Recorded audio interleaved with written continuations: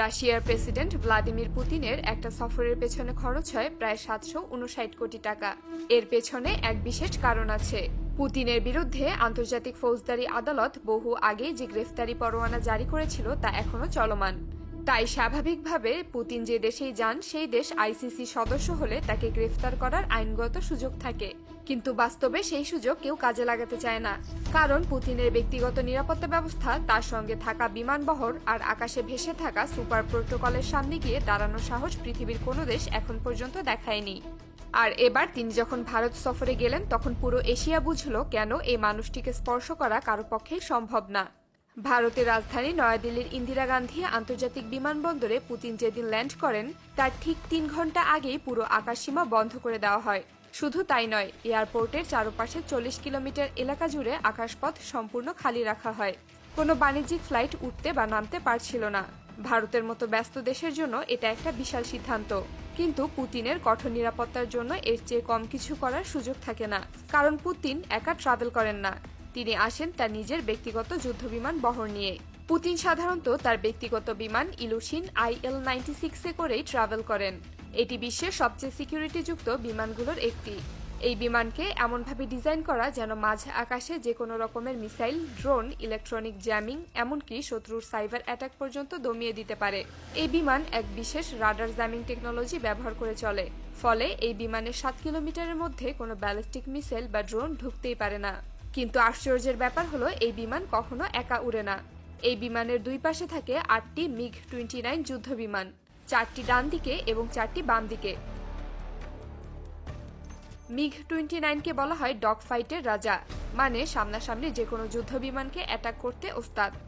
এমনকি এই বিমান আকাশে থাকা যুদ্ধ বিমান এবং মাটিতে থাকা ট্যাঙ্কে একসাথে অ্যাটাক চালাতে পারে।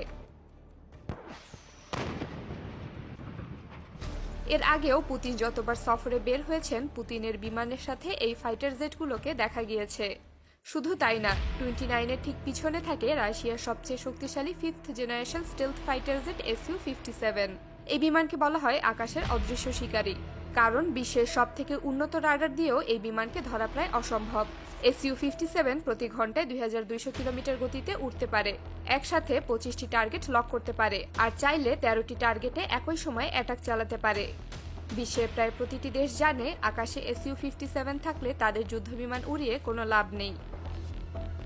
এই পুরো বহরের 8 কিলোমিটার উপরেই ওড়ে রাশিয়ার স্টেলথ বোমারু বিমান পাগদা। এটাকে পুতিন রাখেন সর্বোচ্চ নিরাপত্তার জন্য, যেমনটা আমেরিকার প্রেসিডেন্ট তার সফরে B-2 বোমারু বিমান রাখেন। রাশিয়া এটাকে এমনভাবে ডিজাইন করেছে যাতে এটি পৃথিবীর যে কোনো রাডার ফাঁকি দিতে পারে। তবে এটি সামনাসামনি যুদ্ধ করতে না পারলেও প্রায় 15 টন বোমা বহন করতে পারে। এটাকে এমনভাবে তৈরি করা হয়েছে একবার ফুয়েল লোড দিয়ে পুরো পৃথিবী ঘুরে আসতে পারে। সবচেয়ে গুরুত্বপূর্ণ অংশ হলো পুরো বহরকে কন্ট্রোল করে রাশিয়ার অত্যাধুনিক রাডার বিমান বেরিয়েভ A-100 বিমান। এই বিমানের কাজ হলো স্যাটেলাইটের সাথে প্রত্যেকটা বিমান এবং যুদ্ধ বিমানের কানেকশন ঠিক রাখা। শুধু তাই না, জরুরি পরিস্থিতিতে পুতিন চাইলেই প্লেনে বসে যেন পারমাণবিক মিসাইলগুলোকে ছুড়তে পারেন তার কানেকশন ঠিক রাখা। এছাড়াও এই বিমান পুরো আকাশ স্ক্যান করতে থাকে, আকাশে উঠতে থাকা প্রতিটা বিমানের রুট ও গতিপথ ট্র্যাক করতে থাকে। সন্দেহজনক কোনো কিছু দেখলেই তা সরাসরি রাশিয়ার কমান্ড সেন্টারে পাঠিয়ে দেয়। পুতিন ভারত পৌঁছানোর আগেই তার গাড়িবহর নিয়ে কার্গো বিমান পৌঁছে যায়। সেখানে থাকে 6টি প্রধান গাড়ি এবং 8 থেকে 10টা ব্যাকআপ গাড়ি। গাড়িগুলোতে পুতিনের দেহরক্ষীরা এবং পুতিনের এক ঝাঁক বিশেষ ফোর্স থাকে।